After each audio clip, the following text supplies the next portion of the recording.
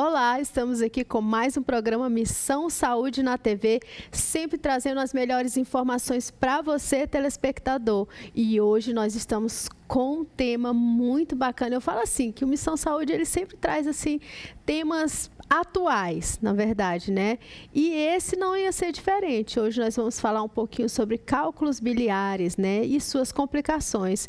E para falar desse assunto tão importante, nós estamos aqui com o Dr. Luigi, com ele, Luigi, né? Às vezes eu quero falar Luigi, mas Dr. Luigi, aqui no programa, já esteve conosco de uma outra oportunidade, foi muito bom, a gente recebeu muitos comentários aí do programa e hoje está aqui novamente conosco. E eu já gostaria, Dr. Luigi, de agradecer, viu? Eu sei que é corrido, muito corrido, mas, assim, muitíssimo obrigado por senhor ter aceitado mais esse desafio de estar aqui conosco. Então, para o nosso telespectador que ainda não lhe conhece, e que eu acho até difícil, mas o senhor pode se apresentar, diga de onde o senhor é, quanto tempo está em Marabá, fique à vontade. Eu que agradeço a oportunidade, Dávila. Tudo bem, meu nome é Luigi, né? Eu já estou aqui em Marabá, vai completar em dezembro agora um ano.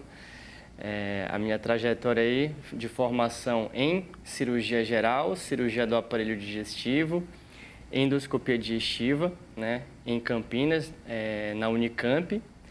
E eu retornei então em dezembro aí para compor aqui a equipe de cirurgia do aparelho digestivo, né, na Gastroclínica e Centro de Cirurgia de Gastrocirurgia Avançada de Marabá. Ótimo. Para quem não sabe, como que é o nome do seu pai? O Dr. Carlos Costa. Eu falo porque ele é muito conhecido, né? Eu sempre, ele é uma referência, na verdade, né? Então, muitas pessoas acabam associando, não é verdade? Sim. E tem o seu irmão também, que inclusive já esteve aqui conosco também, o Dr. Carleno, né? Dr. Carleno, Carlos Costa, Luiz Carlos Almeida Costa, Luigi Costa, por conta do meu pai. Ótimo. Não, muito bacana se ver toda a interação aí da família em prol de fazer algo para a população, fazer algo para as pessoas, né? Então, muito bacana. E, doutor, eu já queria que o senhor que a gente começasse aqui o nosso bate-papo, o senhor explicando onde fica a vesícula, né? E o que são esses cálculos biliares, né? Que às vezes as pessoas conhecem por outros nomes, né? Então eu gostaria que o senhor já começasse aí explicando. Perfeito. Eu trouxe até uma imagem, se puder colocar aqui na tela, mais ou menos a topografia, a localização da vesícula. Então a gente observa que nós temos aqui o corpo humano, como se fosse um raio-x, né? Mostrando o esqueleto, mostrando na região do hipocôndrio direito, bem na parte superior do abdômen, o fígado, né? E um pouquinho abaixo do fígado repousa, né, a vesícula biliar e toda a via biliar. Então é mais ou menos nessa localização, importantíssima porque isso vai ser crucial na avaliação. Quando se o paciente tem algum tipo de doença nessa localização, vai se refletir normalmente aqui, certo? Existe outra imagem aí, né? A segunda imagem, então, mostra um pouquinho mais ampliado, né, a região do fígado, né, e ele está conectado, né, a parte verdinha, a via biliar, e aqui a nossa vesícula biliar, né. Então, é essa a localização dela, tá? Ela é importante porque ela armazena um líquido que é produzido no fígado, chamado bile, né, e essa bile é importante aí para dissolver a gordura que a gente come, né, na nossa alimentação, tá? Eu vou poder explicar um pouquinho para vocês. Não, já depois. Até puxando esse gancho aí, né, dessa questão da gordura, porque tem pessoas que acham que podem ficar comendo gordura porque ainda tem vesícula, né? Assim, não, eu posso comer a gordura à vontade, que não tem problema nenhum, porque minha vesícula está aqui. Exatamente. E quando retira, diz, não, agora eu não posso comer gordura nenhuma porque eu retirei a vesícula. Certo. Confere isso. Na verdade, assim, gordura em excesso, né, é prejudicial, né, para a saúde, né? Mas a gente sabe que é um componente importante também para vários metabolismos, né, no nosso organismo. A vesícula, ela armazena, né, a bile, né? E na hora que a gente consome algum tipo de gordura, existem hormônios que vão estimular a contração da vesícula biliar e liberação de uma maior quantidade de bile lá na região do duodeno. que é o início do intestino fino. E aí facilita a digestão da gordura. Mas se uma pessoa tira a vesícula biliar, ela ainda vai estar produzindo bile, né? Só que não tem mais esse mecanismo, né, de um aumento abrupto da bile na região do intestino, que facilitaria mais. Porém, o organismo tende a compensar. Então, a maioria da população, mais de 90%, tende a compensar, tá? Então, vai comer a comida gordurosa, vai tender a não ter nenhum distúrbio. Algumas pessoas podem desenvolver diarreia, né, que é a principal, né, uma das complicações que está relacionado a isso, né, que a gente chama de esteatorreia, diarreia gordurosa. Né? Só que só 2% da população vai desenvolver essa síndrome, tá? Que tende a cessar, né, pelo equilíbrio, e quando não se cessa, existe tratamento para melhorar o quadro, tá? Só que é bem raro acontecer. No geral, ocorre uma boa compensação, tá? Em relação à dieta gordurosa. Só que a gente sabe que a dieta gordurosa, né, a gente tem que evitar, né, e quando se remove a vesícula, uma das orientações é fazer uma dieta hipogordurosa, pouca quantidade de gordura. Certo, então está explicado aí, né? Doutor, e como que esses cálculos de vesícula são formados? Né? E quais são, assim, os fatores de risco, né, relacionados a isso? Então, a gente pode discutir isso, pode colocar lá na tela, existe aí é importante a gente entender que existem dois principais tipos de cálculos, né? O mais comum é o cálculo de colesterol. Então, se você for pensar, um dos fatores de risco, tanto a obesidade, como também o distúrbio, a dislipidemia, que é o distúrbio do colesterol e triglicerídeos no organismo. Então, a gordura em excesso, o colesterol em excesso, triglicerídeos, pode facilitar, né, o acúmulo desses sais dentro da vesícula biliar e, de pouco em pouco, com o tempo, ir formando os cálculos de colesterol. Né? Então, 75% dos casos, certo? O outro tipo de cálculo é o de cálcio, bilirrubinato de cálcio, né, o abaixo, que está muito relacionado a quadros infecciosos, a doenças crônicas, que também são fatores de risco, né, para a formação de cálculos, tá certo? Outros fatores de risco importantes para a formação desses cálculos, cálculo biliar, que é o mesmo de litíase biliar, tá? Nós temos como exemplo o fator genético, que é fundamental, a mulher, né? A gravidez associada pode aumentar o fator de risco aí para desenvolver cálculos. Como eu tinha falado, a obesidade também, os transtornos do colesterol triglicerídeo, algumas doenças crônicas. A gente classicamente tem as anemias crônicas, né? As anemias hemolíticas, que podem também aumentar o fator de risco. Doenças do fígado, doenças crônicas, colangite esclerosante, que pode também causar esse aumento aí, de formação de cálculos, tanto na vesícula biliar, como no colédoco, na via biliar intrahepática, que é toda a árvore biliar do fígado e via biliar extrahepática, né? Tá certo? Não só na vesícula. E assim, tem pessoas que falam assim, que eu já ouvi também, né?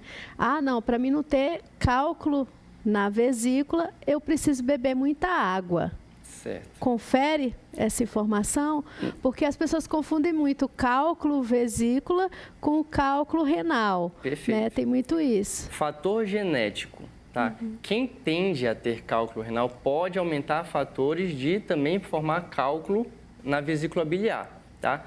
Porém, a hidratação aumenta a depuração, a excreção renal, certo? O fluxo aumentado facilita a dissolução de cristais e eliminar esses cálculos. Isso ajuda, favorece quem tem cálculo renal, mas isso não está correlacionado diretamente com a vesícula biliar, tá? A gente sabe que também é um problema de concentração dentro da vesícula, né, de sais biliares, tá, relacionados aí ao colesterol principalmente, associado a uma dislipidemia, uma alteração de colesterol e triglicerídeo, né, aumenta os cristais, né, e vão se aglutinando lá dentro da vesícula e pode formar os cálculos, mas não está diretamente relacionado com essa hidratação, que é muito comumente um fator de proteção para cálculo renal, né? Justamente. Doutor, todo mundo que tem cálculo de vesícula, né, é necessário operar? assim, já é assim, pam, bati o martelo. Você tem cálculo na vesícula, você tem que operar. É assim que funciona? Olha, isso é muito polêmico, é tema até de congresso médico, tá? Por que eu digo isso? Porque, no geral, antigamente se falava assim, cálculos sintomáticos, cálculos grandes ou microcálculos, que tendem a maior complicações, né, são igual à cirurgia, né? Teve sintoma, é igual à cirurgia. Só que a gente sabe que, independente da dimensão do cálculo, tá, ele está lá e ele já é um fator de risco para uma complicação, tá certo? Quando o paciente tem um cálculo biliar, nunca teve nada, foi um achado de imagem, tá? Por algum outro motivo, fazendo ultrassom por algum outro motivo que não fosse uma dor bem característica de problema de vesícula, né? Ele fez o diagnóstico. Esse paciente precisa ser orientado em relação às complicações do cálculo lá, tá? Então, ele vai ser uma conversa franca, médico-paciente, ele tem que entender e, no final das contas, ele tem que falar, não, doutor, eu prefiro operar. E aí, em consentimento, a gente vai lá e opta por cirurgia. Então, toda vez que o paciente tem um problema, um cálculo de vesícula, seja microcálculo ou seja cálculos maiores, eu sempre explico as complicações possíveis, explico a cirurgia e eu deixo ele à vontade para também opinar, tá? Mas eu não contraindico, tá? Para mim, né, um cálculo presente tem indicação, porque já tem fator de risco, tá certo? Certo. E não tem tratamento conservador para dissolver cálculo efetivo. Isso aí na literatura médica, os estudos randomizados, bem controlados, não mostram efetividade. Pelo contrário, o que os estudos mostram é que isso delonga o diagnóstico ou você fica muitas vezes à mercê de uma complicação e tende a complicar no futuro, né? Como tem alguns casos meus que eu operei, já há complicação, inclusive eles me relataram, né? Doutor, eu há 2 anos estava fazendo chá para quebrar pedra, um monte de tratamento para dissolver cálculo, né? E foi bem mostrado por eles, pela complicação, que isso não é verídico, né? E a gente já falando assim, o senhor tocou num assunto bem importante, que é sobre as complicações. Quais seriam essas complicações? Né? Só para a gente poder... Porque, assim, às vezes as pessoas estão, assim, já no processo de complicação, né? Elas não têm noção muito das coisas e aí elas já passaram do efeito diagnóstico e já estão nas complicações relacionadas aos cálculos biliares, né? Então, eu queria que o senhor falasse um pouquinho sobre isso. Eu acho que eu trouxe também uma imagem para ficar um pouco mais ilustrativo. Esse aqui é um desenho ilustrativo mostrando a vesícula biliar e vocês observam que existe um cálculo bem aqui, no ducto cístico, tá? Então, essa é a vesícula biliar, né? Normalmente, esse cálculo aqui obstrui o canal de saída da bile. Se obstrui esse canal de saída da bile, aqui fica um líquido retido, parado, e pode proliferar as bactérias que colonizam aqui. E aí aumenta a pressão. Isso pode evoluir para o que a gente chama de colecistite aguda, né? Então, a colecistite aguda, a inflamação da vesícula biliar e infecção, ela é a principal complicação, tá? Então, assim, a principal causa de ida ao pronto-socorro aí, né, com esses tipos de dores na região do hipocôndrio direito, que causa aí um aumento grande de mortalidade se não resolver, né? Então, a gravidade é grande, né, desse tipo de complicação, tá certo? A colecistite aguda vai ser resolvida com um tratamento, né? Cirurgia de urgência, emergência, em alguns casos, com a remoção dessa vesícula biliar, tá? De algo que poderia ter sido evitado no caso, né? Se tivesse feito... Aliás, muitos até têm o diagnóstico, né, já dos cálculos, mas é aquilo que a gente estava conversando, vai protelando, vai deixando. A crise passou com o Buscopan, passou com a medicaçãozinha, vou deixar, existem duas situações, um pouco a falta de conhecimento da pessoa, da população em relação ao que pode acontecer. Ela às vezes já sabe que tem aquele cálculo e ela escolhe não procurar uma assistência para resolver, tá? E existe também aquele outro lado das pessoas que têm o entendimento, muitas delas são carentes, elas procuram resolver de forma eletiva, né? porém ela não consegue. O que se observa ficam anos aí, né? Ficam anos numa fila do SUS grande para tratamento de cirurgia eletiva, sem possibilidade de resolução, né? E quando vão às urgências, normalmente, se não tem quadro de colecistite, não resolve, né? E até evolui para esse quadro. É verdade. E aí as coisas... E podem ter outras complicações, Exatamente. Né? Tem mais alguma outra complicação que chega para vocês? Essa aqui é a mais gritante, a mais comum. Poderia deixar aquela mesma imagem aqui para continuar o cálculozinho, né? Então, esse cálculozinho que está ali, obstruiu, vai causar colecistite. Se ele foge do ducto cístico e cai no canal colédoco, que é a via biliar para a saída, né? Você tem aí, então, uma obstrução do colédoco, que a gente chama de coledocolitíase obstrutiva, que também pode infeccionar, causando colangite. A colangite aguda também é uma causa de infecção importante, tanto da árvore biliar como do próprio fígado, porque vai subindo toda a infecção. E tem um sinal importante que logo chama atenção, que é justamente a icterícia, né? Então, esse paciente fica amarelado, com os olhos amarelados, toda essa esclera fica bem amarelada, certo? Isso aí é chamativo, ele logo procura atendimento. Bem característico, Bem né? característico. Então, esse amarelão, quando se ocorre, não é só causado por esse cálculo que migra. Outras doenças podem causar isso, mas aí vai do médico fazer a investigação e ele pode se deparar, né, com um cálculo que obstruiu a região do colédoco, causando aí a coledocolitíase e a colangite.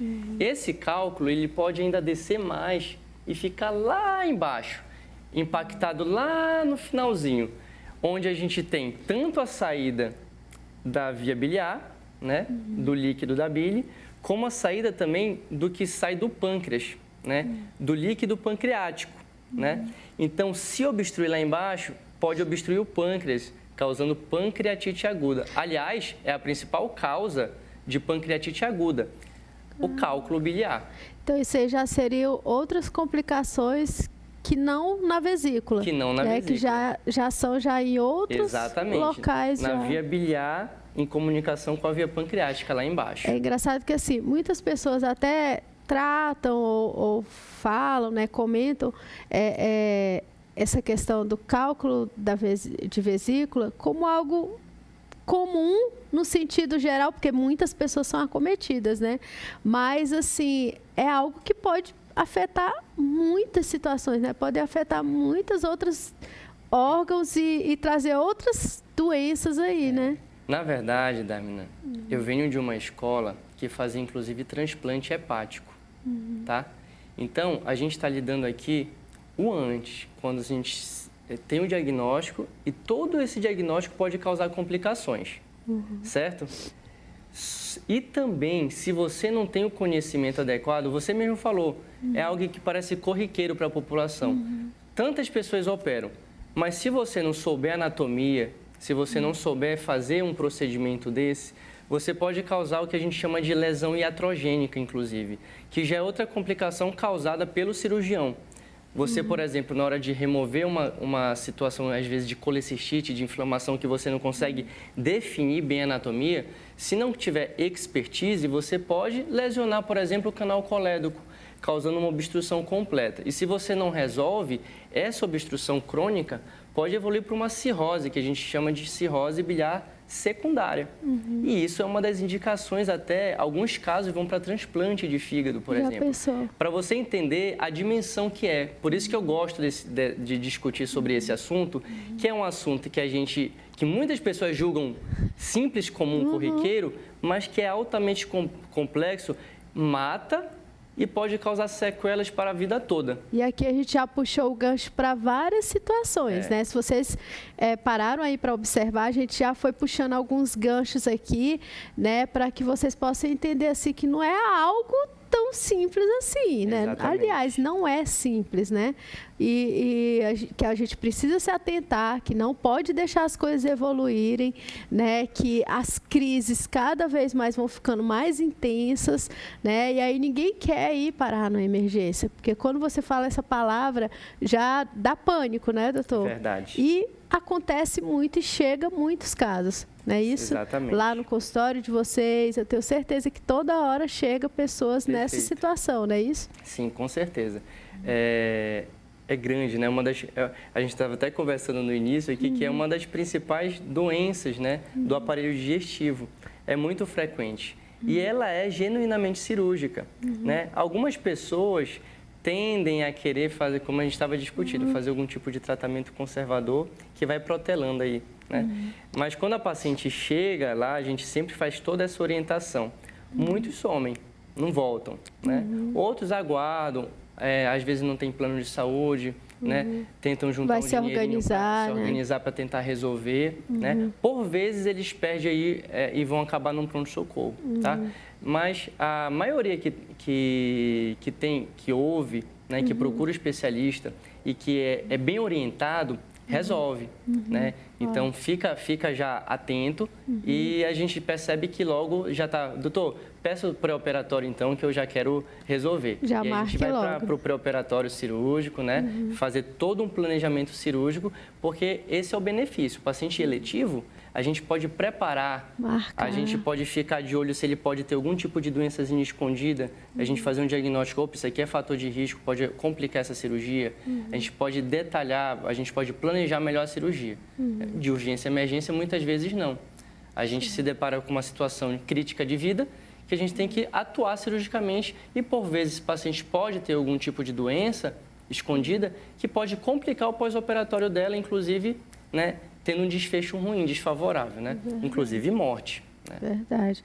Já estamos encerrando aí o primeiro bloco, tá? Não saiam daí que tem muito mais informações para você. Fique ligado. Nós não poderíamos ir para os comerciais sem falar do Lojão das Clínicas Marabá, um novo conceito em se tratando de produtos médico-hospitalar. Lá você encontra uma infinidade de produtos, como cadeiras de rodas, produtos para academia, produtos para você também fazer suas atividades físicas em casa, macas. Então são assim uma variedade de produtos, massageadores. Gente, os massageadores do Lojão das Clínicas são maravilhosos. Então dá uma passadinha lá e confira. Avenida Najib Mutran, número 417, Cidade Nova.